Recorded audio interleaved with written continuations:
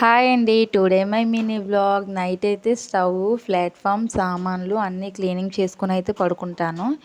Morning లేచేసరికి ప్రశాంతంగా ఉంటుంది ఆ స్టవ్ చూసి. లేదంటే ఆ గలీజ్గా ఉంటే అసలు కుకింగ్ చేయబుద్ధి అయ్యదు. మళ్ళీ క్లీనింగ్ చేసి క్యారేజ్ కట్టి టిఫిన్ చేయాలంటే లేట్ అవుతుంది కదా, అందుకే క్లీనింగ్ అయితే చేసుకుంటాను. రైస్ పెట్టి కుక్కర్లో అయితే పప్పు అయితే వేసాను. నెక్స్ట్ అయితే నైట్ తోముకున్న సామాన్లన్నీ అయితే పేర్చేసుకున్నాను. ఈలోపు అయితే అన్నం ఉడికిపోయింది. ఓర్చేసి పప్పు అయితే తాలింపు అయితే పెడుతున్నాను. తాలింపులో అయితే కరివేపాకు అయితే మిస్ అయింది, నా దగ్గర కరివేపాకు లేదు. తాలింపు అయితే పెట్టేసి ఈలోపు అయితే ఉప్మా అయితే తాలింపు అయితే పెడుతున్నాను.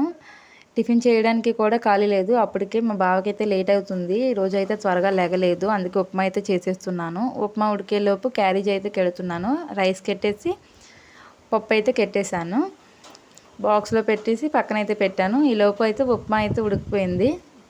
నా బావకైతే వేసి ఇచ్చేసాను. లేట్ అవుతుందని సగం తినైతే సగం వదిలేశారు. డ్యూటీకి అయితే వెళ్ళిపోయారు. నెక్స్ట్ పాపకు తినిపించేసి నేను కూడా కొంచెం అయితే తినేసి సామాన్లన్నీ తోమేసుకున్నాను. మీ ఊర్లో వర్షం పడుతుందా లేదనేది అయితే కామెంట్ చేయండి. మా ఊర్లో అయితే ఫుల్గా పడుతుంది. ఇంకా ఈరోజైతే ఫుల్గా గాలి అయితే ఇస్తుందంట. పిల్లల వాళ్ళు జాగ్రత్త.